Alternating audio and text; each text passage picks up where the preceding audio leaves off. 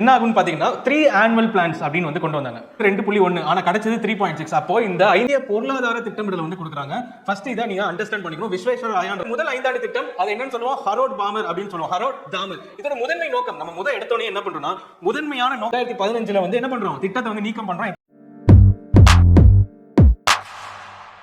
Welcome back to Ustadeen academy. இன்னைக்கு நம்ம பார்க்க போகிற டாபிக் என்னன்னு பார்த்தீங்கன்னா டிஎன்பிஎஸ்சி செட்டர்ஸ்க்கு ரொம்ப பிடிச்ச ஒரு டாபிக். அது என்ன டாபிக்னா 5-year பிளான், அதாவது 5 ஆண்டு திட்டம் அப்படின்னு சொல்லுவோம். ஸோ இந்த 5 ஆண்டு திட்டத்தை பற்றி நம்ம படிக்கிறதுக்கு முன்னாடி நம்ம சில விஷயங்களை வந்து ஃபஸ்ட் நம்ம தெரிஞ்சுக்கணும்.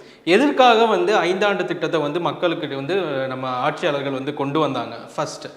ஸோ இது எந்த நாட்டில் இருந்து எடுத்தோம், ஸோ இது எப்படி வந்து நம்ம பிளான் பண்ணோம், இதில் வந்து யாரெல்லாம் வந்து இருந்து அதை கடைசியாக எப்படி வந்து அதை வந்து ஒரு 5 ஆண்டு திட்டம் தான் வேணும், 10 ஆண்டோ இல்லை 15 ஆண்டோ இல்லாமல் 5 ஆண்டு திட்டமாக தான் இதை கொண்டு போகணும் அப்படின்னு சொல்லி ஏன் முடிவு பண்ணாங்க, இது எல்லாத்தையுமே வந்து இந்த ஸ்லைட் மூலமாக உங்களுக்கு நான் வந்து எக்ஸ்பிளைன் பண்ண போகிறேன். ஸோ ஃபஸ்ட்டு நம்ம ஸ்லைடில் நீங்கள் பார்த்துருப்பீங்க 1928ஆம் ஆண்டு என்ன ஆகுன்னு பார்த்தீங்கன்னா ரஷ்யா தான் முதல் நாடாக வந்து 5 ஆண்டு திட்டத்தை வந்து செயல்படுத்தியது. ஸோ அது ரஷ்யா வந்து வல்லரசு ஆகிறதுக்கு வந்து அது ரொம்பவே வந்து ஹெல்ப்ஃபுல்லாக இருந்திருக்குன்னு சொல்கிறாங்க. ரஷ்யா வல்லரசாக மாறியது, அதாவது டெவலப்டு கண்ட்ரியாக வந்து அது வந்து மாறிடுக்கு அப்படின்னு வந்து நமக்கு வந்து தெரியும். ஸோ ரஷ்யா அப்புறமா அமெரிக்கா எல்லாமே வந்து நமக்கு தெரியும் அது வந்து ஒரு டெவலப்டு கண்ட்ரி. இந்தியா வந்து ஒரு டெவலப்பிங் கண்ட்ரி அப்படின்னு சொல்லி நம்ம எல்லாருக்குமே தெரியும். ஸோ 1928 ரஷ்யா முதல் முறையாக என்ன பண்ணுறாங்க, இந்த ரஷ்யான்றவங்க இந்த 5 ஆண்டு திட்டத்தை கொண்டு வந்து நம்மளோட நாடை வந்து இன்னும் நல்லா செழிப்பாக கொண்டு வரணும், எக்கனாமிக்கலாக சொசைட்டலாக எல்லாத்துலேயுமே வந்து என்ன பண்ணணும், நம்ம நாட்டை வந்து நல்லா ஒரு மேம்படுத்தணும் அப்படின்னு சொல்லி முடிவு பண்ணுறாங்க. ஸோ இதை வந்து நம்ம எக்ஸாம் பாயிண்ட் ஆஃப் வியூவில் எப்படி படிக்கணும் first. So exam point of வியூவில் என்னென்ன தேவைன்னு பார்த்தீங்கன்னா முதல் வந்து அதோட ஆண்டு, எந்த ஆண்டில் எந்த 5 ஆண்டு திட்டம் வந்தது, எந்த ஆண்டுக்கு இடையில் வந்து சுழல் திட்டம் வந்தது, எந்த ஆண்டுக்கு இடையில் வந்து 3 ஓராண்டு திட்டங்கள் வந்தது, இந்த ஆண்டோட இலக்கு என்ன, அது வெற்றியா தோல்வியா, இது போன்ற எல்லா விஷயங்களையும் வந்து இன்னைக்கான ஸ்லைடில் வந்து பார்க்க போகிறோம். ஸோ இது எல்லாமே வந்து உங்களுக்கு எக்ஸாம் பாயிண்ட் ஆஃப் வியூவில் இந்த அரை மணி நேரமோ 45 நிமிஷமோ நீங்கள் 1 மார்க் அல்லது 2 மார்க் ஸ்கோர் பண்ணுறதுக்கு ரொம்பவே யூஸ்ஃபுல்லாக இருக்க போகுது. ஸோ இது எல்லாத்தையும் பார்க்குறதுக்கு முன்னாடி எக்ஸாம் ஓரியன்டாக ஒரு சில ஸ்லைட்ஸ் வந்து உங்களுக்கு காட்டுறேன். ஸோ இப்போ பாருங்கள், இதை பார்த்தோன்னே உங்களுக்கு தெரியும் 5-year பிளான்ஸ் வந்து மொத்தம் வந்து 1லேருந்து 12 5-year பிளான் இருக்குது.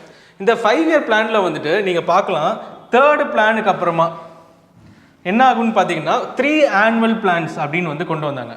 3 ஓராண்டு திட்டம் எப்போ வந்ததுன்னு கேட்டாங்கன்னா 1996லேருந்து 1969 1966லேருந்து 1969 அப்படின்னு வந்து சொல்லியிருக்காங்க. ஸோ இது என்ன அர்த்தம்னு பார்த்தீங்கன்னா ஃபஸ்ட்டு 5 ஆண்டு திட்டம், அதாவது ஓராண்டு திட்டம் வந்து 1966லேருந்து 67, அப்புறமா 67லேருந்து 68, அப்புறம் 68லேருந்து 69. ஸோ பார்த்தீங்கன்னா 3 ஓராண்டு திட்டங்கள் வந்து இந்த இடத்துல வந்து பங்கேற்றதை நம்ம வந்து பார்க்குறோம். ஸோ அப்புறம் 4th 5th 6th இடையில சுழல் திட்டம்னு சொல்லி ஒன்று வரும். அது எதற்காக வந்தது, எதுக்காக நடுவில் வந்து நம்ம வந்து விடுமுறை விட்டுருக்கோம் திட்டங்களுக்கு அப்படின்ற எல்லா ரீசன்ஸுமே இந்த ஸ்லைடில் வந்து பார்ப்போம். ஸோ இதை பார்க்குறதுக்கு முன்னாடி இன்னொரு டேட்டா உங்களுக்கு நான் காட்டணும். ஸோ இந்த டேட்டாவை பார்த்தீங்கன்னா உங்களுக்கு தெரியும், இதுலேயும் வந்து மென்ஷன் பண்ணியிருக்கோம். ஃபஸ்ட்டு பிளானில் வந்து 1951 இந்த 1956ன்னு தெரியுது. இதில் வந்து டார்கெட் நம்ம 2.1% வச்சாலும் கடைசியாக ஆக்சுவல் க்ரோத் வந்து 3.6. இது வந்து டேட்டா மாறும். இப்போ டிஎன்பிஎஸ்சி ஸ்டூடெண்ட்ஸ் என்ன பண்ணணும்னு பார்த்தீங்கன்னா உங்களோட ஸ்கூல் புக்ஸில் இருக்கிற அந்த டேட்டாவை வந்து நீங்கள் ஃபஸ்ட்டு தெரிஞ்சுக்கோங்க. ஸோ இதை தெரிஞ்சுக்கோங்க, பிகாஸ் இப்போ வந்து டார்கெட் பண்ணது வந்து 2.1 ஆனால் கிடைச்சது 3.6. அப்போது இந்த 5 ஆண்டு திட்டம், முதல் 5 ஆண்டு திட்டம் சக்ஸஸா ஃபெயிலியரான்னு கேட்டால் இது சக்ஸஸ்.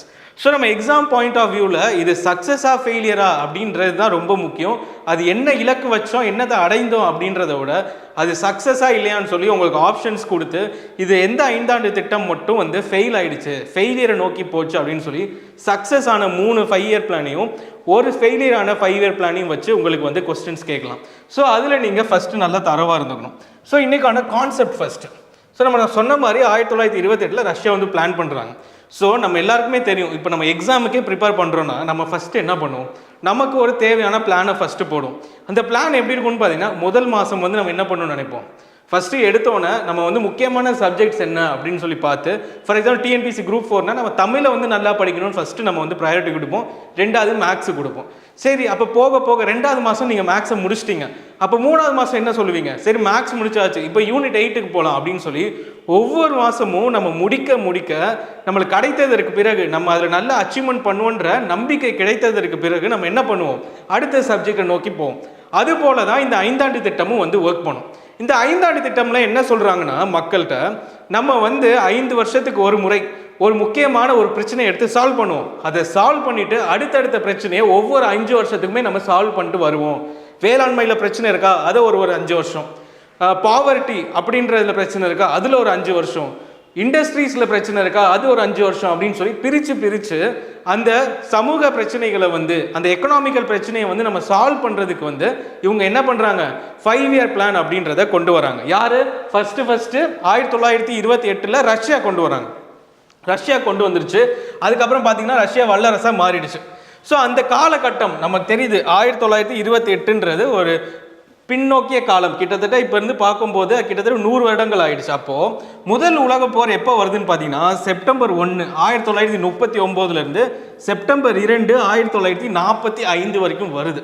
ஸோ அதில் என்ன ஆகுது, இரண்டாம் உலக போர் வந்து செப்டம்பர் 1939 செகண்ட் செப்டம்பர் 1945 வரும்போது என்ன ஆகுதுன்னா, எல்லா நாடுகளும் வந்து அதனால வந்து எக்கனாமிக்கல் கிரைசிஸ்குள்ளே வந்து போகிறாங்க. எக்கனாமிக்கலாக வந்து அவங்களால வந்து நிலைத்து நிற்க முடியல. அப்போ என்ன பண்ணுறாங்க, ரஷ்யா மட்டும் பார்க்குறாங்க, ரஷ்யா நல்லா செழிப்பாக இருக்குது. ஏன்னு பார்த்தீங்கன்னா ஒரு 5 வருஷத்துக்கும் இதுக்கு நம்ம வந்து ஒதுக்கீடு பண்ணணும், இதுக்கு ஒதுக்கீடு பண்ணணும்னு சொல்லி அவங்க ஏற்கனவே ஒரு பிளான் பண்ணி பண்ணதுனால என்ன ஆகுதுன்னு பார்த்தீங்கன்னா, ரஷ்யா மட்டும் அந்த உலக போர்னால எந்த ஒரு நெகட்டிவான இம்பேக்டும் அது வந்து அடையவே இல்லை. ஸோ அதை பார்த்துட்டு பல நாடுகள் வந்து என்ன பண்ணுறாங்கன்னா, நம்மளும் வந்து ஒரு 5 இயர் பிளானை வந்து கொண்டு வரணும் அப்படின்னு சொல்லி பிளான் பண்ணியிருக்காங்க. ஸோ இதை பார்த்துட்டு இந்தியாவும் என்ன பண்ணுறாங்கன்னு பார்த்தீங்கன்னா, அவங்களோட சுதந்திரத்துக்கு பிறகு என்ன பண்ணுறாங்கன்னா, நம்மளும் வந்து திட்டமிடணும். அது 5 ஆண்டு திட்டமா இல்லை 15 ஆண்டு திட்டமா இல்லை 10 ஆண்டு திட்டமா அப்படின்றதுல வந்து அவங்க ரொம்பவே வந்து குறிக்கோளாக இருக்காங்க.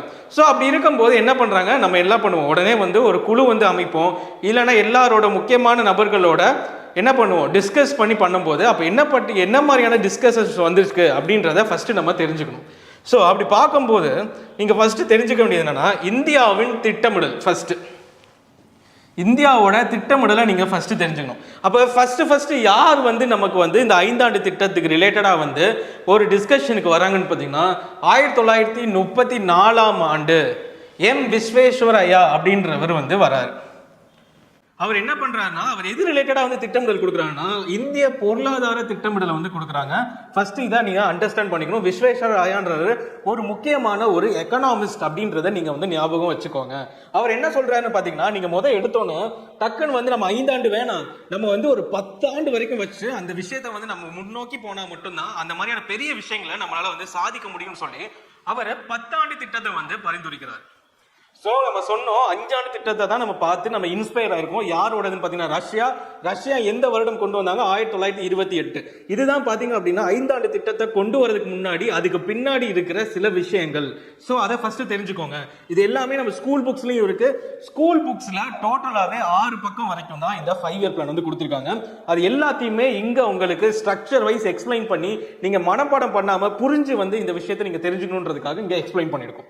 ஸோ முக்கியமான பொருளாதார நிபுணர் நான் ஆல்ரெடி சொல்லியிருந்தேன், இவர் ஒரு பெரிய எக்கனாமிஸ்ட் அப்படின்றதையும் நீங்க வந்து ஃபர்ஸ்ட் தெரிஞ்சுக்கணும். அடுத்ததா வந்து 1938 வந்து யார் வராருன்னா, நம்மளோட ஃபர்ஸ்ட் பிரைம் மினிஸ்டர் யாரு, நம்மளோட ஜவஹர்லால் நேரு அவர்கள் வந்து ஒரு விஷயத்தை கொண்டு வராரு. அவர் யாருக்காக பேசுறாருன்னு பாத்தீங்கன்னா, ஐஎன்சி இந்தியன் நேஷனல் காங்கிரஸ் சார்பாக வந்து அவர் வந்து பேசுறாரு. அதாவது முதல் உலக போர் வந்து நடக்குது, அதுக்கப்புறமா அப்படியே கொஞ்சம் கொஞ்சமா அது ரிலேட்டடா வந்து அவங்க பேசிக்கிட்டே வராங்க. அவர் என்ன சொல்றாருன்னு பாத்தீங்கன்னா, ஒரு தேசிய திட்டக்குழு வந்து அமைக்க வேண்டும் அப்படின்னு வந்து சொல்றாங்க. ஒரு தேசிய திட்டக்குழு வந்து அமைக்க வேணும் அப்படின்னு சொல்றாங்க. அப்படி அமைக்கணும்னு நினைக்கும் போது என்ன ஆகும்னு பாத்தீங்கன்னா, முதல் உலக போர் வந்து வந்துருது. அப்ப அந்த இடத்துல என்ன பண்றாங்க, எல்லா மக்களும் வந்து அதை நோக்கி செல்றாங்க. எல்லா நிபுணர்களும் அதை நோக்கி செல்லும் போது இந்த பிளானுமே வந்து டிராப் ஆகுது. சரி, அடுத்து பாத்தீங்கன்னா 1940 பாம்பே திட்டம். அவர் வந்து ஒரு தொழிலாளிகள் வந்து சொல்லுவதை வந்து அவர் வந்து சொல்றாங்க. தொழில் அதிபர்கள் சொல்வதை வந்து அவங்க வந்து இங்க வந்து ஒரு பாம்பே பிளான் அப்படின்னு வந்து கொண்டு வராங்க. இதை வந்து என்ன சொல்றாங்க, நம்ம வந்து ஒரு 15 ஆண்டு திட்டமா கொண்டு வரணும். அதாவது ஃபர்ஸ்ட் சொன்ன விஸ்வேஸ்வரய்யர் என்ன சொல்றாருன்னா 10 ஆண்டுன்றாரு. அப்புறம் பாம்பே திட்டம் எப்ப வந்தது, 1940 வந்தது. அதுக்கு அவங்க என்ன சொல்றாங்கன்னு பாத்தீங்கன்னா 15 ஆண்டு திட்டம் வந்து வரணும் அப்படின்றத வந்து இவங்க வந்து சொல்றாங்க. இப்படி ஒவ்வொருத்தரா வந்து அவங்களோட தாட்ஸை வந்து சொல்லிக்கிட்டே வராங்க. 1944 வந்துட்டு காந்திய திட்டத்தை வழங்கினார்.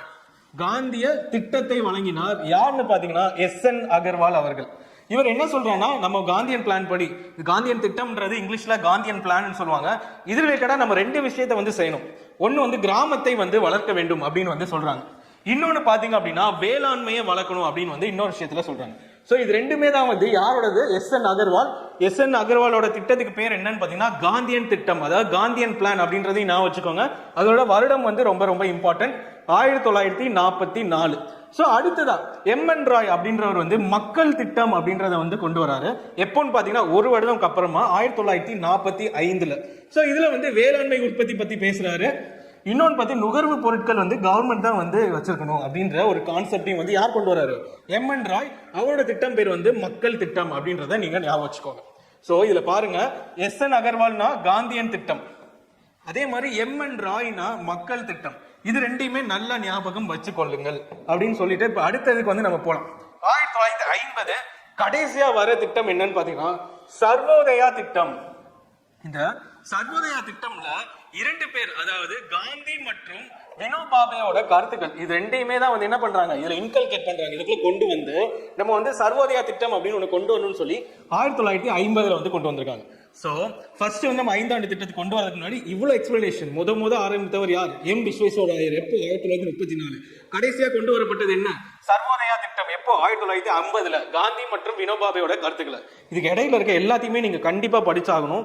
எந்த இயர்ல என்ன பிளான் வந்தது, அந்த பிளானுக்கான இன்னொரு பேர் என்ன அப்படின்ற எல்லாத்தையுமே வந்து நீங்க அண்டர்ஸ்டாண்ட் பண்ணிக்கணும். MN ராய் பிளான்னா மக்கள் திட்டம் அப்படின்ற மாதிரி எல்லாத்தையுமே நீங்க ஞாபகம் வச்சுக்கிட்டாதான் எக்ஸாம்ல கேட்கிற அந்த 1 மார்க்கை உங்களால அட்டென்ட் பண்ண முடியும். சரி, இப்ப அடுத்து என்ன ஆகுதுன்னு பாத்தீங்கன்னா ஃபைனலா திட்டக்குழு வந்து ஒண்ணு உருவாக்குறாரு. யாருன்னு பாத்தீங்கன்னா நேரு வந்து என்ன சொல்றாரு, நம்ம 10 ஆண்டு 15 ஆண்டுல இதை கொண்டு வர வேணாம், ஏன்னா அது ரொம்ப பெரிய ஒரு நேரமா வந்து அது பார்க்கப்படுது. ஏன்னா 10 ஆண்டுன்றது ரொம்ப சிறுசு கிடையாது. நம்ம அதை வந்து அட்லீஸ்ட் ஒரு 5 ஆண்டுக்குள்ளேயாவது வந்து அதை வச்சு நம்ம ஒவ்வொரு விஷயத்தையுமே வந்து சரி பண்ணணும் அப்படின்னு சொல்லி அவர் கடைசியா எதை ஃபைனலைஸ் பண்றாருன்னா 5 ஆண்டு திட்டத்தை, அதாவது ரஷ்யா ஃபாலோ பண்ண மாதிரி அதே 5 ஆண்டு திட்டத்தை வந்து அவரும் வந்து ஃபாலோ பண்றாரு. சோ கடைசியா வந்து திட்டக்குழு உருவாக்குனது எப்பன்னு பாத்தீங்கன்னா மார்ச் 15, 1950 தான் இந்த திட்டக்குழுவை வந்து அவங்க வந்து உருவாக்கியிருக்காரு. யார் உருவாக்கியிருக்காங்க? நேரு அவர்கள். சோ இப்ப ஃபர்ஸ்ட் பிளானை பார்ப்போம். இந்த ஃபர்ஸ்ட் பிளான் வந்து எப்ப வந்திருக்குன்னு பாருங்க, 1951, 1956. இந்த டேட்டை நல்லா குறிச்சு வச்சுக்கோங்க. ஒவ்வொரு 5 ஆண்டுக்குமே வந்து இந்த மாதிரியே மாறும். ஃபார் எக்ஸாம்பிள் இங்க பார்த்துப்போம், 1951 ஆரம்பிக்குது, பிளஸ் 5 கூட்டினீங்கன்னா 1956. ஸோ இதோட இன்னொரு 5 கூட்டுங்க, அதுக்கு என்ன வரும்? 11, 1, 6, 1961 அப்படின்னு சொல்லி வரும். ஸோ இதுதான் வந்து இந்த மாதிரியான கால்குலேஷன்ல ஒவ்வொரு 5 வருடமும் வரும். முதல் 3 ஆண்டு திட்டம் வந்து கண்டிப்பா வந்து என்ன ஆகும்னா வருஷப்படி வந்துடும். அதுக்கப்புறம் சின்ன சின்ன பிரேக்ஸ் இருக்கும், அது எல்லாத்தையுமே இப்போ வந்து பார்ப்போம். ஸோ ஃபர்ஸ்ட் இதை நீங்க தெரிஞ்சுக்கிறதுக்கு போங்க முன்னாடி நம்ம தெரிஞ்சுக்க வேண்டியது என்னன்னா 1951 தான் வந்து ஃபர்ஸ்ட் 5 இயர் பிளான் வந்து கொண்டு வராங்க. முதல் 5 ஆண்டு திட்டம் வந்து எப்ப வருது? 1951 தான் வந்து வருது. ஏன் வந்து நம்ம 1947 சுதந்திரம் வந்து நம்ம வாங்கியாச்சு, அப்பயே அதுக்கப்புறம் இத்தனை ஆண்டுகளுக்கு அப்புறமா தான் வந்து நம்ம முதல் 5 ஆண்டு திட்டம் கொண்டு வரோம்னு கேட்டோம்னா, முதல் 5 ஆண்டு திட்டம் வந்து எப்ப கொண்டு வந்திருக்காங்க? 1951. அது இடையில் வந்து பல பிளான்ஸ் போட்டிருப்பாங்க. நமக்கான எலெக்ஷன் எப்போ நடக்கும்னா 1952, 51 அந்த காலகட்டத்தில் தான் நடந்து நமக்கான கவர்மெண்ட்ஸ் வந்து வருது. பட் அதுக்கு முன்னாடி என்ன சொல்லுவாங்கன்னு பாத்தீங்கன்னா இன்டரிம் கவர்மெண்ட் அப்படின்னு சொல்லி நம்மளுக்கு ஆல்ரெடி வந்து யார் வந்து பிரைம் மினிஸ்டர் வந்து செலக்ட் ஆயிருப்பான்னு பாத்தீங்கன்னா நம்மளோட நேருஜி. சோ அதுக்கப்புறமா கொஞ்சம் கொஞ்சமா அதுக்கப்புறம் ஸ்டெபிலைஸ் ஆனதுக்கு அப்புறமா நம்ம முதல் 5 ஆண்டு திட்டத்தை வந்து 1951 இருந்து 56 வரைக்கும் கொண்டு வந்திருக்கோம். சோ இதுல வந்து நீங்க 3 விஷயமா இதை வந்து படிக்கணும். முதல் வந்தோன்னா இந்த முதல் 5 ஆண்டு திட்டத்துக்கு இன்னொரு பேர், அதாவது ஹராட் பாமர் என்பவர் தான் வந்து என்ன பண்ணிருப்பாரு, இதுக்கான திட்டத்தை வந்து போட்டு கொடுத்ததுனால இதோட இன்னொரு பேரா வந்து என்னென்னலாம் வருது, அதாவது 5 ஆண்டு திட்டமும் ஒவ்வொரு இதுக்கும் ஒவ்வொரு பேர் இருக்கும். அதை வந்து ஃபர்ஸ்ட் நீங்க வந்து அண்டர்ஸ்டாண்ட் பண்ணிக்கணும். அதோட நோக்கத்திலே முதன்மை நோக்கம் என்ன அப்படின்றத 2ஆகவும், 3வது வந்து என்னன்னா அதோட இலக்கு எவ்வளவா இருந்தது, அவங்க அடைந்தது எவ்வளவா இருந்தது அப்படின்றத 3 விஷயங்களையுமே வந்து ஒவ்வொரு 5 ஆண்டு திட்டமா நீங்க முதல் வந்து தெரிந்து கொள்ள வேண்டும். சோ இதுல வந்து நம்ம இந்த 2.1 சொல்றோம், இங்க 3.6 சொல்றோம். அப்ப இந்த நம்பர்ஸ் தேவையான்னு கேட்டா இந்த நம்பர்ஸ் தேவையில்லை. நம்ம என்னதான் இருந்தாலும் இலக்கு வந்து 2.1 வச்சிருக்கோம், ஆனா அடைந்தது 3.6, அதாவது 3.6. அப்ப இது வந்து வெற்றியா தோல்வியான்றது மட்டும் தெரியணும். இது வந்து வெற்றியான ஒரு 5 ஆண்டு திட்டம். இது வந்து ஒரு வெற்றியான ஒரு 5 ஆண்டு திட்டம். சோ இந்த முதல் 5 ஆண்டு திட்டம் அது என்னன்னு சொல்லுவோம், ஹரோட் பாமர் அப்படின்னு சொல்லுவோம், ஹரோட் தாமர். இதோட முதன்மை நோக்கம் நம்ம எடுத்தோடனே என்ன பண்றோம்னா முதன்மையான நோக்கமா கொண்டு வரது என்னன்னு பாத்தீங்கன்னா வேளாண்மை. அதுக்கப்புறமா போக்குவரத்து துறை, இது ரெண்டையுமே தான் வந்து நம்ம ஃபர்ஸ்ட் முதல் 5 ஆண்டு திட்டத்துல வேளாண்மையை நம்ம சிறப்புப்படுத்தணும். வேளாண்மையை சிறப்புப்படுத்தும் போது ஃபுட் செக்யூரிட்டி வந்து நம்ம கண்ட்ரில வந்து கரெக்டா இருக்கும், எல்லாருக்குமே வந்து சாப்பாட்டுக்கு உணவு நம்மளால வந்து அளிக்க முடியும் அப்படின்னு சொல்லி முதல்ல வந்து என்ன திட்டத்தை, இந்த முதல் 5 ஆண்டு திட்டத்தை எதன் நோக்கமா வச்சு கொண்டு வராங்கன்னா வேளாண்மையை நோக்கமா வச்சு கொண்டு வராங்க. சோ ஃபர்ஸ்ட் இதுக்கப்புறமா வேகமா போவோம். சோ இந்த ஃபர்ஸ்ட் 5 இயர் பிளான்ல வந்து நீங்க தெரிஞ்சுக்கணும். இதை வந்து நான் இங்கிலீஷ்ல கொடுத்திருக்கேன், பட் நீங்க அண்டர்ஸ்டாண்ட் பண்ணிக்கோங்க. First it was presented by the first Indian prime minister Jawaharlal Nehru. இது ரொம்ப முக்கியமான ஒரு 1 மார்க். இதை கொண்டு வந்தது யாரு? It was first Indian prime minister Jawaharlal Nehru presented to the parliament of India. இது ஒரு முக்கியமானது. இதுல முக்கியமா நடந்த ஒரு டேம், எந்த டேம்? பாக்ரா நாகல் டேம் அப்படின்னு சொல்லுவோம். இந்த பாக்ரா நாகல் டேம் வந்து இந்த ஃபர்ஸ்ட் இயர் பிளான்ல தான் வந்து என்ன பண்றாங்கன்னு பாத்தீங்கன்னா இதை வந்து கட்டியிருப்பாங்க. Example, huge allocation are made for Bhakra Nangal dam. இது ரெண்டு மட்டும் இதுல தெரிஞ்சுக்கோங்க. மூணாவது நான் சொல்லியிருந்தேன் ஹரோட் தாமர் அப்படின்னு சொல்லி, ஹரோட் தாமர் மாடலும் வந்து இதுல தான் கொண்டு வந்திருக்காங்க. பை தி எண்ட் ஆஃப் 1956, அதாவது 1951ல இருந்து 1956 வரைக்கும் நமக்கு தெரியும் இந்த 5 இயர் பிளான் வந்து நடந்திருக்கு. சோ இந்த 5 இயர் பிளான்ல கடைசியா இந்த 1956ல என்ன பண்றாங்க? 5 இந்தியன் இன்ஸ்டிடியூட் IITs வந்து இதுக்குள்ள வந்து எஸ்டாப்ளிஷ் பண்ணிருக்காங்க. அதையும் வந்து நீங்க நோட் பண்ணி வச்சுக்கோங்க. இது எல்லாமே எக்ஸாம் பாயிண்ட் ஆஃப் வியூல இப்ப நீங்க 5 இயர் பிளான்ல முதல் 5 இயர் பிளான் படிக்கும்போது உங்களுக்கு ஒவ்வொரு 5 இயர் பிளானுக்கும் உங்களுக்கு மினிமம் ஒரு 6 பாயிண்டாவது இருந்தா மட்டும்தான் இந்த 1 அல்லது 2 மார்க்கை வந்து உங்களால ஸ்கோர் பண்ண முடியும். சோ இப்ப அடுத்து இரண்டாவது 5 ஆண்டு திட்டம் 1956 முதல் 1961 வரை. சோ இதுல வந்து இதுக்கு என்ன சொல்லுவாங்க பாத்தீங்கன்னா மஹலனாபிஸ் பிளான் அப்படின்னு வந்து சொல்லுவாங்க. இதோட நோக்கம் என்னன்னு பாத்தீங்கன்னா தொழில் முன்னேற்றம். இரண்டாவது வந்து எங்க வராங்க? தொழில் முன்னேற்றம் வந்து நம்ம நடத்தணும் அப்படின்னு சொல்லி கொண்டு வந்து அதுக்கான இலக்கு என்னவா இருக்குன்னு பாத்தீங்கன்னா 4 இருக்கு. ஆனா அடைந்தது என்னன்னு பாத்தீங்கன்னா 4.1. சோ இது வந்து ஒரு வெற்றியான ஒரு திட்டம் என்று நம்ம வந்து தெரிந்து கொள்ள வேண்டும். சோ இரண்டாவது 5 ஆண்டு திட்டம் கடைசியா வந்து 1956ல முடிஞ்சு, இரண்டாவது வந்து 1956ல இருந்து 1961ல வந்து முடியுது. சோ இதை நீங்க அண்டர்ஸ்டாண்ட் பண்ணிக்கோங்க. இப்போ இந்த செகண்ட் 5 இயர் பிளானோட முக்கியமான விஷயம் அப்படின்னு பாத்தீங்கன்னா இதை வந்து யாரு கீழே வந்து கொண்டு வந்திருக்காங்கன்னு பார்த்தோம், பிசி மஹலனோபிஸ் அப்படின்னு சொல்லி நம்ம வந்து சொல்லியிருக்கோம். சோ இந்த மொத்த இதுல வந்து உங்களுக்கு தேவையானது வந்து இந்த பிசி மஹலனோபிஸ் திருப்பி ஒரு ரீகேப்பா நீங்க படிக்கும் போது அது உங்களுக்கு அண்டர்ஸ்டாண்ட் ஆகுன்றதுனால இந்த ஸ்லைட வந்து உங்களுக்கு கொண்டு வந்திருக்கு. சோ இப்போ அடுத்ததா பார்ப்போம். சோ இப்போ அடுத்ததா வந்து மூன்றாவது 5 ஆண்டு திட்டம். இந்த மூன்றாவது 5 ஆண்டு திட்டம் அதாவது 1961ல இருந்து 1966. இதோட நோக்கம் என்னன்னு பாத்தீங்கன்னா தற்சார்பு முன்னேற்றம் அப்படின்றத ஃபர்ஸ்ட் நீங்க அண்டர்ஸ்டாண்ட் பண்ணிக்கணும். இரண்டாவது திருப்பியும் வந்து விவசாயத்தை வந்து கொண்டு வராங்க. இது ரெண்டையும் வந்து நோக்கமா வச்சு என்ன பண்றாங்கன்னா இலக்கை வந்து 5.6 வந்து வைக்கிறாங்க. 5.6 வைக்கும் போது அவங்க அடைந்தது என்னன்னு பாத்தீங்கன்னா வெறும் 2.2. அதாவது வெறும் 2.2 வந்து அவங்க வந்து இது பண்றாங்க. அண்ட் மூன்றாவது 5 ஆண்டு திட்டம் வந்து என்னன்னு சொல்லுவாங்க, ரொம்ப இம்பார்ட்டன்ட், இது நிறைய வாட்டி கேட்டிருக்காங்க, காட்கில் திட்டம் அப்படின்னு வந்து சொல்லுவோம். சோ இதுக்கான ஃபெயிலியர் வந்து நம்ம எதுக்காக வந்து இவ்வளவு கம்மியாச்சு? இலக்கு வந்து 5.6 வச்சோம், அடைந்தது வந்து 2.2. அதுக்கு என்ன காரணம்னு பாத்தீங்கன்னா அப்பதான் வந்து ஒரு முக்கியமான விஷயம் நடக்குது. அது என்னன்னு பாத்தீங்கன்னா சைனா வார் நடக்குது, அப்புறமா இந்தியா விசஸ் பாகிஸ்தான் வார் ரெண்டுமே நடக்கும்போது அதுல இருக்கிற அந்த ஆற்றல் வந்து குறையுது. அந்த 5 ஆண்டு திட்டத்தோட அந்த திட்டமிடல் வந்து என்ன ஆகுதுன்னா குறைந்துட்டே வந்து கடைசியா வந்து அடைந்தது என்னன்னு பாத்தீங்கன்னா 2.2 தான் வந்து நம்மளால அடைய முடிஞ்சிருக்கு. சோ என்ன ஆகுதுன்னு பாத்தீங்கன்னா இது ரெண்டும் வந்து நடக்குது, சைனா வார் நடக்குது, இந்தியா பாகிஸ்தான் வார் அடுத்தடுத்து நடக்கும்போது சரி ஓகே நம்ம நடுவில் வந்து இது பண்ணுவோம், இந்த 5 ஆண்டு திட்டத்தை கொஞ்சம் நிறுத்தி வச்சுட்டு வேற மாதிரி பண்ணுவோம்னு சொல்லி 3 ஓராண்டு திட்டத்தை வந்து கொண்டு வராங்க. அது எப்போன்னு பாத்தீங்கன்னா 1966 1966ல இருந்து 1969 வரை 3 ஓராண்டு திட்டத்தை அரசாங்கம் கொண்டு வந்ததை நீங்க நோட் பண்ணி வச்சுக்கோங்க. சோ ஃபர்ஸ்ட் 3 தொடர்ந்து வந்துருச்சு, அடுத்ததா வந்து 3 1 இயர் பிளான் 3 ஓராண்டு திட்டம் வந்து அடுத்து தொடர்ந்து வருது அப்படின்றத நீங்க நோட் பண்ணிக்கணும். அந்த இயர் ரொம்ப முக்கியம், நல்லா நோட் பண்ணிக்கோங்க. சோ இப்போ அடுத்து பாருங்க, இப்போ தேர்ட் 5 இயர் பிளான் பத்தி நம்ம பார்த்தோம். சோ இந்த தேர்ட் 5 இயர் பிளான்ல வந்து என்ன முக்கியமான ஒரு விஷயம் நடக்குதுன்னா பஞ்சாயத்து எலெக்ஷனை வந்து இந்த இதுக்குள்ளதான் வந்து என்ன பண்றாங்க, இன்ட்ரோடியூஸ் பண்றாங்க. அதாவது தேர்ட் 5 இயர் பிளானுக்கு இடையில தான் 1961ல இருந்து 1966க்குள்ளதான் இந்த பஞ்சாயத்து எலெக்ஷன்ஸ் அப்படின்றதையும் கொண்டு வராங்க. அண்ட் இன்னொன்று சொன்ன மாதிரி இந்த 1966 67ல இருந்து 1968 69 வரை என்ன பண்றாங்கன்னு பாத்தீங்கன்னா பிளான் ஹாலிடே அப்படின்னு வந்து ஃபர்ஸ்ட் சொல்றாங்க. அதுக்கு முக்கியமான காசு என்ன சொன்னாங்க, சைனா இந்தியா வாரும் இந்தியா பாகிஸ்தான் வார் அப்படின்றதையும் இங்க வந்து மென்ஷன் பண்ணிருக்காங்க. சோ இது எல்லாத்தையுமே நல்லா நோட் பண்ணிக்கோங்க எக்ஸாம் பாயிண்ட் ஆஃப் வியூல. சோ இப்போ அடுத்து 4வது 5 ஆண்டு திட்டம். இந்த 4வது 5 ஆண்டு திட்டம் பாருங்க, இதோட நோக்கம் வந்து என்ன இருக்கு, நிலையான வளர்ச்சி. தொடர்ந்தா நம்ம வந்து வளர்ச்சி கொடுத்துட்டே இருக்கணும், அதே நேரத்தில் நம்ம வேளாண்மையும் என்ன பண்ணணும், அதையும் வந்து நம்ம வளர்த்துக்கிட்டே வரணும் அப்படின்றதுல ரொம்பவே குறிக்கோளா இருக்காங்க.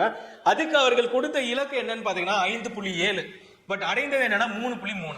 சோ இது வந்து ஒரு தோல்வியான ஒரு 4வது 5 ஆண்டு திட்டம். இந்த 4வது 5ஆண்டு திட்டம் என்னன்னு பார்த்தீங்கன்னா ஒரு தோல்வி அடைந்த ஒரு திட்டம். இது எல்லாத்தையுமே ஒரு டேப்லெட் காலம் போட்டு நீங்க எக்ஸ் அப்புறமா டிக்குன்னு போட்டுட்டே வந்தாலே நீங்களே வந்து கடைசியில் படிக்கும்போது உங்களுக்கு ரொம்ப யூஸ்ஃபுல்லா இருக்கும். ஸோ இப்போ அடுத்து பாருங்க, இதோட என்னன்னு சொல்லுவாங்க பார்த்தீங்கன்னா அசோக் ருத்ரா பிளான் அப்படின்னு வந்து சொல்லுவாங்க.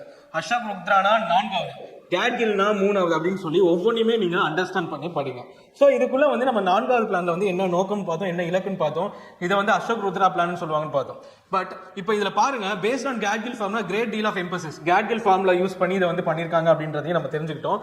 பட் இது மூலமா என்ன நடக்குதுன்னு பாத்தீங்கன்னா கிரீன் ரெவல்யூஷன், பச்சை புரட்சி அப்படின்னு வந்து படிச்சிருப்போம். இந்த கிரீன் ரெவல்யூஷன் வந்து என்ன பண்றாங்க, இந்த ஆண்டுல தான் வந்து உள்ளுக்குள்ள வருது. இந்த ஆண்டு அதாவது 1969ல இருந்து 74க்கு இடையில் தான் வந்து என்ன நடக்குது, இந்த கிரீன் ரெவல்யூஷன், பச்சை புரட்சின்ற ஒரு திட்டமும் வந்து இந்த 4வது 5ஆண்டு திட்டத்துக்கு கீழே தான் வருது. அண்ட் அதே மாதிரி எந்த வருடத்தில், எந்த 5ஆண்டு திட்டத்தில் 14 பேங்க்ஸ் வந்து என்ன பண்ணிருக்காங்க, நேஷனலைஸ் பண்ணிருக்காங்க அப்படின்ற ஒரு முக்கியமான ஒரு கொஸ்டின் வந்து இதுக்குள்ள இருக்கு. இது எல்லாருக்குமே வந்து அவங்களுக்கு தெரியாது. கண்டிப்பா இதை நோட் பண்ணி வச்சுக்கோங்க, ரொம்ப ரொம்ப யூஸ்ஃபுல்லா இருக்கும். நேஷனலைஸ்ட் 14 மேஜர் இந்தியன் பேங்க்ஸ் எந்த 5 இயர் பிளான் கீழே நடக்குதுன்னா 4th 5 இயர் பிளான் கீழே நடக்குது அப்படின்றதையும் நீங்க அண்டர்ஸ்டாண்ட் பண்ணிக்கோங்க. ஸோ இப்போ அடுத்ததா வந்து பார்க்கலாம். இப்போ 5வது 5ஆண்டு திட்டம். இப்போ இந்த 5ஆண்டு திட்டம் பார்த்தீங்கன்னா 1974ல இருந்து 1979ல வருது.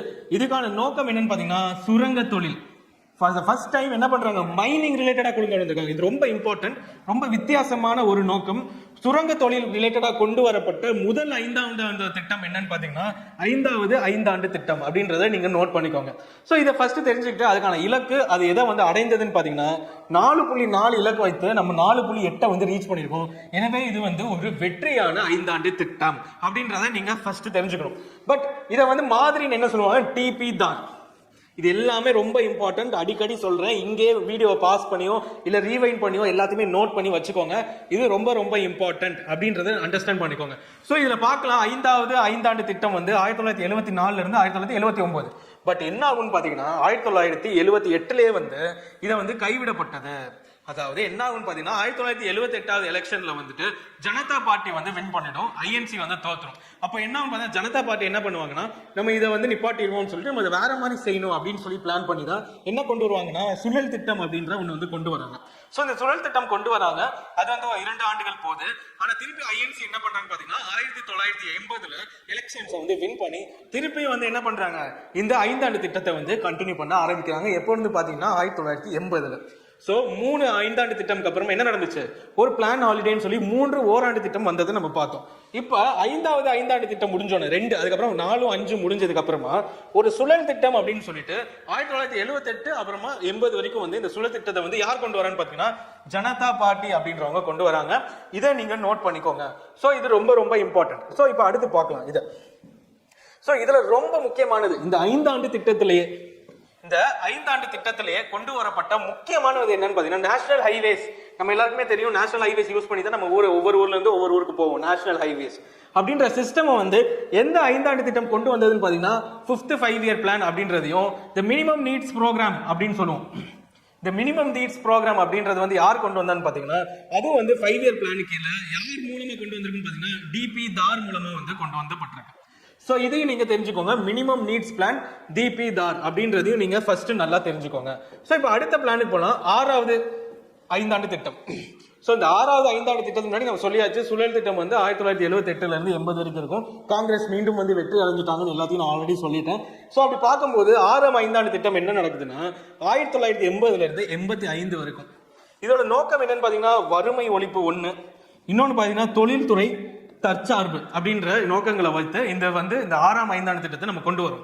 அதோட இலக்கு வந்து 5.2 வைக்கிறோம். பட் நம்ம அடைந்தது 5.7. எனவே இது ஒரு வெற்றியான ஒரு 5ஆண்டு திட்டம் என்று நமக்கு தெரிகிறது. சோ அப்படி பார்க்கும்போது இதோட இன்னொரு நேம் என்னன்னா ஹரிபி கட்டா அப்படின்னு வந்து சொல்லுவோம். ஹரிபி கட்டா அப்படின்னு வந்து இங்கிலீஷ்ல சொல்லுவாங்க, தமிழ்ல வந்துட்டு ஹரிபி கட்டா அப்படின்னு வந்து சொல்லுவாங்க. சோ இந்த 5ஆண்டு திட்டம் வந்து நம்ம 6வது 5ஆண்டு திட்டம் பார்த்தோம். சோ இதுல இருக்கிற முக்கியத்துவம் என்னன்னு பாத்தீங்கன்னா இதுல வந்து எக்கனாமிக் லிபரேஷன்ஸ் அப்படின்னு வந்து ஒரு விஷயத்தை வந்து கொண்டு வராங்க. அதாவது நம்ம ஆல்ரெடி பார்த்திருப்போம் 1991ல எல்பிஜி அப்படின்னு ஒன்று கொண்டு வராங்க. அது ரிலேட்டடா இங்கே வந்து சில விஷயங்கள் வந்து நடந்திருக்கு. எக்கனாமிக் லிபரேஷன்ஸ் வேணும். சோ ஓகே, அதை பார்த்தாச்சு. இப்போ அடுத்து என்ன ஆகுன்னு பாத்தீங்கன்னா national bank for agriculture and rural development அப்படின்னு சொல்லுவோம். நபார்டு அப்படின்னு சொல்லி நம்ம படிச்சிருப்போம். இந்த நபார்டுன்ற இந்த பேங்க் வந்து எந்த 5 இயர் பிளான் கீழே வந்து இதை வந்து எஸ்டாப்ளிஷ் பண்ணிருப்பாங்கன்னு பாத்தீங்கன்னா 6வது 5 இயர் பிளான், அதாவது 6th 5 இயர் பிளான் கீழே தான் வந்து இதை கொண்டு வந்திருப்பாங்க. யார் எந்த கமிட்டி மூலமான்னு பாத்தீங்கன்னா சிவராமன் கமிட்டி மூலமா வந்து இதை வந்து கொண்டு வந்திருப்பாங்க. ஸோ இது எல்லாமே வந்து டிஎன்பிஎஸ்சி எக்ஸாம்ஸ்ல அடிக்கடி கேட்டுட்டு இருக்கிற ஒரு முக்கியமான சில பகுதிகள். இது எல்லாத்தையுமே நீங்க கண்டிப்பா படிக்கணும். இதை நோட்ஸ் எடுத்து படிச்சீங்கன்னா நீங்க திருப்பி இன்னொருக்க இந்த 5 இயர் பிளானை நீங்க பார்க்கவே வேணாம். புக்கை தொடர்ந்து இதுலயே உங்களுக்கு தேவையான எல்லா டீடைல்ஸுமே வந்து இதுல ப்ரொவைட் பண்ணிருக்கும். ஸோ இந்த டார்கெட் growth வந்து 5.2 சொன்னா அவங்க அச்சீவ் பண்ணது வந்து என்னன்னு பாத்தீங்கன்னா 5.7 அப்படின்றத பார்த்தோம். இட் வாஸ் a சக்சஸ் அப்படின்றதையும் நம்ம வந்து தெரிஞ்சுக்கிட்டோம். ஸோ இப்போ அடுத்ததா வந்து நம்ம 7வது ஐந்தாண்டு திட்டத்தை பத்தி பார்க்க போறோம். 1985 இருந்து 1990. சோ இதோட நோக்கம் என்னன்றதை ஃபர்ஸ்ட் தெரிஞ்சுப்போம். தன்னிறைவு பொருளாதாரம் அப்படின்றது ஃபர்ஸ்ட். ரெண்டாவது வந்து வேலை வாய்ப்பு உருவாக்குதல். சோ இதுக்கான இலக்கு நம்ம என்ன வைத்தோம்னு பாத்தீங்கன்னா 5% வைத்தோம். ஆனா நம்ம அடைந்தது என்னவோ பாத்தீங்கன்னா 6%. எனவே இந்த ஐந்தாண்டு திட்டமும் ஒரு வெற்றியான திட்டம். இதை வந்து என்னன்னு சொல்லுவோம் பாத்தீங்கன்னா பிரணாப் முகர்ஜி திட்டம் அப்படின்னு வந்து நம்ம வந்து சொல்லுவோம். சோ 7வது ஐந்தாண்டு திட்டம் 1985 இருந்து 1990. இது ஒரு முக்கியமான காலகட்டம். ஏனென்றால் இந்த காலகட்டத்துக்கு வரதான் என்ன நடக்கும் பாத்தீங்கன்னா 1991 ஒரு முக்கியமான ஒரு சம்பவம் நடக்குது. அது என்னன்னா பொருளாதார சிக்கல்கள் வந்து நடைபெறுது. மத்திய அரசு மாற்றம். ஃபர்ஸ்ட் வந்து இதை நீங்க தெரிஞ்சுக்கணும். பொருளாதார சிக்கல், மத்திய அரசு மாற்றம், ஐந்தாண்டு திட்டம் நிறுத்தப்பட்டது. என்ன எப்போன்னு பாத்தீங்கன்னா 1990 இருந்து 1991 வரை. அப்புறமா 1991 இருந்து 1992 வரை ஓராண்டு திட்டம் வந்து நடைபெற்றது அப்படின்றத நீங்க வந்து அண்டர்ஸ்டாண்ட் பண்ணிக்கோங்க. ஏன்னா இந்த காலகட்டத்தில் தான் லிபரலைசேஷன் அப்படின்றதும் பிரைவேடைசேஷன் அப்படின்றதும் குளோபலைசேஷன்றதும் எல்லாமே வந்து இந்த காலகட்டத்தில் நடக்குது. அப்போ பிரைம் மினிஸ்டரா இருந்தவர் யாருன்னு பாத்தீங்கன்னா நரசிம்ம ராவ். இது ஒரு இம்பார்ட்டன்டான ஒரு 1 mark. LPG liberalisation, privatisation and globalisation அப்படின்னு சொல்ற இந்த மூன்றும் வந்து யார் பிரைம் மினிஸ்டரா இருக்கும்போது வந்ததுன்னு கேட்டாங்கன்னா அது நரசிம்ம ராவ் அப்படின்றது ஒரு முக்கியமான ஒரு 1 மார்க். ஸோ நம்ம 7வது திட்டம் பார்த்தோம். அதுக்கப்புறமா 2 வருடங்கள் வந்து ஓராண்டு திட்டங்கள் நடந்தையும் நம்ம வந்து ஃபர்ஸ்ட் பார்த்தாச்சு. ஸோ அப்புறம் 8வது திட்டம் வந்து 1992 இருந்து 1997 வந்து நடக்கிறது அப்படின்றத நீங்க அண்டர்ஸ்டாண்ட் பண்ணிக்கோங்க. இதோட நோக்கம் வந்து முக்கியமா வேலை வாய்ப்பு வந்து உருவாக்கணும்ன்றது முதல். அடுத்து கல்வி, நல்ல கல்வி கொண்டு வரணும். அப்புறம் சமூக நலம் வந்து நம்ம கொடுக்கணும் அப்படின்ற 3 கொண்டு வந்து இலக்கை வந்து 5.6 வைத்து அவர்கள் அடைந்தது என்னவென்றால் 6.8% வந்து நம்ம வந்து அடைஞ்சிருக்கோம். எனவே இந்த 8வது ஐந்தாண்டு திட்டமும் என்னன்னு சொல்லுவோம், நம்ம வந்து ஒரு வெற்றியான ஒரு ஐந்தாண்டு திட்டம் அப்படின்றத நீங்க அண்டர்ஸ்டாண்ட் பண்ணிக்கோங்க. இதை வந்து என்னன்னு சொல்லுவோம் பாத்தீங்கன்னா மில்லர் திட்டம் அப்படின்றத சொல்லுவோம். ஸோ இந்த 8வது ஐந்தாண்டு திட்டத்தை பத்தி இன்னும் கொஞ்சம் சில விஷயங்கள் நம்ம தெரிஞ்சுக்கலாம். ஸோ இந்த 8வது ஐந்தாண்டு திட்டம், அதாவது 8th 5 year plan அப்படின்னு சொல்றதுல தான் இந்தியா என்ன ஆகும்னு பாத்தீங்கன்னா India became a member of the World Trade Organization, WTO அப்படின்னு சொல்லுவோம். இந்த WTO அப்படின்ற இந்த ஆர்கனைசேஷன்ல ஜனவரி 1, 1995 இந்தியா வந்து ஒரு மெம்பர் ஆகுறத இதுல வந்து நீங்க வந்து அண்டர்ஸ்டாண்ட் பண்ணிக்கணும். ஸோ இந்த 8th year plan என்ன பண்ணுது, இண்டஸ்ட்ரீஸை வந்து நம்ம என்ன பண்ணணும், மாடர்னைஸ் பண்ணணும். நல்ல இண்டஸ்ட்ரீஸ்க்கு நல்ல எக்யூப்மெண்ட்ஸ் வேணும். இன்னும் நல்ல நம்ம வந்து மாடர்னைஸ்டா கொண்டு வந்தா தான் ப்ரொடக்ஷனை வந்து இன்க்ரீஸ் பண்ண முடியும்னு சொல்லி மாடர்னைசேஷன் ஆஃப் இண்டஸ்ட்ரீஸ் அப்படின்ற இன்னொன்னையும் வந்து கொண்டு வராங்க. இந்த 8th year planல இது ரொம்ப இம்பார்ட்டன்ட். ஸோ இப்போ அடுத்ததான் 9th year plan வந்து நம்ம பார்ப்போம். ஸோ இப்போ அடுத்ததா வந்து 9வது ஐந்தாண்டு திட்டத்தை வந்து நம்ம பார்க்குறோம் 1997 இருந்து 2002 வரை. ஸோ இதோட இலக்கு வந்து ஃபர்ஸ்ட் நீங்க தெரிஞ்சுக்கோங்க, ரொம்ப அதிகம் 7% வந்து இன்க்ரீஸ் பண்ணணும்னு நினைச்சோம். நம்ம அடைஞ்சது என்னன்னா 5.6%. ஸோ இதோட நோக்கம் வந்து என்னன்னா, முக்கியமான நோக்கம் என்னன்னு பார்த்தீங்கன்னா சமூக நீதியுடன் வளர்ச்சி மற்றும் சமத்துவம் அப்படின்ற இந்த விஷயத்தை முத வந்து இந்த 9வது ஐந்தாண்டு திட்டத்தில் வந்து கொண்டு வரோம். எப்பன்னு பார்த்தீங்கன்னா 1997 இருந்து 2002 வரை. ஸோ இது வந்து ஒரு தோல்வியான ஒரு ஐந்தாண்டு திட்டம். இதை நீங்க ஃபர்ஸ்ட் தெரிஞ்சுக்கோங்க. அடுத்து 10வது ஐந்தாண்டு திட்டம். இந்த 10வது ஐந்தாண்டு திட்டம் உடனே 2002 ஆரம்பிச்சு 2007 கொண்டு வரோம். இதோட இலக்கு வந்து 8% வைக்கணும். ஆனா நம்ம அடைந்தது என்னன்னு பாத்தீங்கன்னா 7.2. ஆனா இதுக்கான நோக்கம் ரொம்ப முக்கியம். இந்த நோக்கத்தை பாருங்க, வறுமையை ஒழித்து மக்கள் தொகை வளர்ச்சியை கட்டுப்பாட்டில் வைப்பது. அதாவது பாவர்ட்டியை டிக்ரீஸ் பண்ணி மக்கள் தொகையை வந்து நம்ம கரெக்டா வச்சுக்கணும்ன்ற ஒரு முக்கியமான ஒரு கோட்பாடு, ஒரு நோக்கம். ரெண்டாவது 2012 15% வறுமை விகிதம் குறைக்க வேண்டும் அப்படின்னு சொல்லி அவங்க வந்து முடிவு பண்றாங்க. அதாவது 2002 வந்து நம்ம கொண்டு வந்திருக்கோம். ஆனா 2012 என்ன சொல்றாங்க, நம்ம வந்து 15% வந்து இந்த வறுமை விகிதத்தை வந்து குறைக்க வேண்டும் அப்படின்னு வந்து ஃபர்ஸ்ட் ஒரு பிளான் பண்றாங்க. சோ இது ஒரு முக்கியமான பிளானை வந்து நம்ம பார்க்கிறோம். ஸோ இப்போ அடுத்ததா வந்து 11வது ஐந்தாண்டு திட்டம் 2007 இருந்து 2012 வரை. ஸோ இதோட நோக்கம் என்னன்னு பாத்தீங்கன்னா விரிவான மற்றும் நீடித்த வளர்ச்சி அப்படின்னு வந்து நம்ம சொல்லுவோம். இதோட இலக்கு என்னன்னா 8.1% வந்து நம்ம வைக்கிறோம், 8.1 வந்து வைக்கிறோம். அண்ட் இது அடைந்தது என்னன்னு பாத்தீங்கன்னா 7.9% அப்படின்றத நீங்க அண்டர்ஸ்டாண்ட் பண்ணிக்கணும். ஸோ இதுவும் வந்து ஒரு தோல்வி. ஸோ நீங்க ஃபர்ஸ்ட் நான் ஏன் இதை தோல்வி வெற்றின்னு சொல்லிட்டே வரேன்னா, பிகாஸ் எக்ஸாம்ல ஒரு ப்ரீவியஸ் இயர் கொஸ்டின் என்ன கேட்டிருக்காங்கன்னா, எது வந்து இதுல வந்து தோல்வியான ஒரு ஐந்தாண்டு திட்டம் சொல்லி 4 ஆப்ஷன்ல 3 இதை வந்து வெற்றியாகவும் 1 வந்து தோல்வியாகவும் கொடுத்திருக்காங்க. ஸோ அப்ப நீங்க அந்த தோல்வியானது எதுன்னு தெரிந்தா மட்டும்தான் அந்த ஆன்சரை நீங்க பண்ண முடியும். ஸோ கண்டிப்பா இதெல்லாம் நீங்க அண்டர்ஸ்டாண்ட் பண்ணி வச்சுக்கோங்க. இதுக்கு இன்னொன்னு என்னன்னு சொல்லுவாங்க பாத்தீங்கன்னா ரங்கராஜன் பிளான் அப்படின்னு வந்து நம்ம வந்து சொல்லுவோன்றதை நீங்க நோட் பண்ணிக்கோங்க. ஸோ இப்போ அடுத்ததா பாருங்க, இந்த 11th 5 இயர் பிளான் 2007 இருந்து 2012 அப்படின்றத நீங்க வந்து அண்டர்ஸ்டாண்ட் பண்ணிக்கிட்டீங்க. இதுல ஒரு முக்கியமான விஷயம் என்னன்னு பாத்தீங்கன்னா, இது வந்து என்னன்னு சொல்றோம், rapid and more inclusive growth அப்படின்ற ஒரு வார்த்தை மூலமா இதை வந்து நம்ம எக்ஸ்பிளைன் பண்ணிக்கலாம். 11th 5 இயர் பிளான் இது யாரால ப்ரிப்பேர் பண்ணப்பட்டிருக்குன்னு பாத்தீங்கன்னா C Rangarajan prepared the 11th 5 year plan அப்படின்றதையும் நீங்க அண்டர்ஸ்டாண்ட் பண்ணிக்கோங்க. ஸோ இப்போ அடுத்ததா வந்து 12வது கடைசியா கொண்டு வரப்பட்ட 5 ஆண்டு திட்டம் 2012 முதல் 2017 வரை. ஸோ இதோட இலக்கு என்னன்னு பாத்தீங்கன்னா 8%. ஃபர்ஸ்ட் அது தெரிஞ்சுக்கோங்க, இலக்கு மட்டும் தான் இருக்கு. ஸோ இதை நீங்க ஃபர்ஸ்ட் நல்லா புரிஞ்சுக்கணும். இது நம்ம அடைஞ்சோமா இல்லையானா அடைய முடியவில்லை. ஏன்னா அதுக்குள்ள வந்து 2015 என்ன ஆகுது, திட்டம் நீக்கம் செய்யப்படுது. 2015 வந்து என்ன பண்றோம், திட்டத்தை வந்து நீக்கம் பண்றோம். எப்போன்னு பாத்தீங்கன்னா 2017 வரைக்கும் போக வேண்டியதா 2015 நம்ம இலக்கு 8% வச்சாலும் அந்த திட்டத்தை, அந்த 5 ஆண்டு திட்டத்தை நம்மளால வந்து முடிவு பெற வைக்க முடியவில்லை. அதுக்குள்ள என்ன ஆகுதுன்னு பாத்தீங்கன்னா நித்தி ஆயோகம் வந்து நம்ம அறிவிப்பு செய்கிறோம். இப்படி ஒரு அமைப்பை வந்து நம்ம கொண்டு வரணும் அப்படின்னு சொல்லி நம்ம வந்து ஒரு அறிவிப்பு செய்கிறோம். ஸோ இதோட நோக்கம் நீங்க ஃபர்ஸ்ட் தெரிஞ்சுக்கோங்க, விரிவான நீடித்த வளர்ச்சி அப்படின்றது ஒரு முக்கியமான நோக்கமா பார்க்கப்படுது. ஸோ இப்படியே போயிட்டு இருக்கும் போது 2015 என்ன பண்றாங்க, நம்மளோட பிரைம் மினிஸ்டர் யார் இருப்பாங்க பாத்தீங்கன்னா நரேந்திர மோடிஜி அவர்கள் வந்து இருப்பாங்க. அவர் வந்து நிதி ஆயோக் அப்படின்ற ஒரு கட்சியை வந்து ஒரு அமைப்பை வந்து கொண்டு வராங்க. எப்போன்னு பாத்தீங்கன்னா 2015 இதுக்கான அறிவிப்பு எப்ப வருதுன்னா 15 ஆகஸ்ட் 2014. ஓகே, ஆனா நடைமுறை பெற்றது எப்பன்னா ஜனவரி 1, 2015 வந்து நடைமுறைக்கு கொண்டு வரப்பட்டது. இதுக்கான தலைவர் யாருன்னு பாத்தீங்கன்னா பிரதமர். ஸோ இது எல்லாமே வந்து நீங்க அண்டர்ஸ்டாண்ட் பண்ணிக்கோங்க. நித்தி ஆயோக் பத்தி ஒரு டீடைலான கிளாஸ் அடுத்தடுத்து நம்ம வந்து ப்ரொவைட் பண்ண போறோம். ஸோ இது ரொம்பவே ஒரு இம்பார்ட்டன்டான ஒரு கான்செப்ட் 5 இயர் பிளான் அப்படின்றது. ஒவ்வொரு வருஷமும் எக்கனாமிக்ஸ்ல 5 இயர் பிளான்ல இருந்து கொஸ்டின்ஸ் கேட்டுட்டே இருக்காங்க. ஸோ அப்படிப்பட்ட இந்த 5 இயர் பிளானை இப்போ நம்ம ஃபுல்லா பார்த்தாச்சு. ஸோ இந்த மாதிரியான வீடியோஸ் நீங்க பார்க்கணும்னு நினைச்சீங்கன்னா உஸ்தாதின் அகாடமிக்கு சப்ஸ்கிரைப் பண்ணுங்க.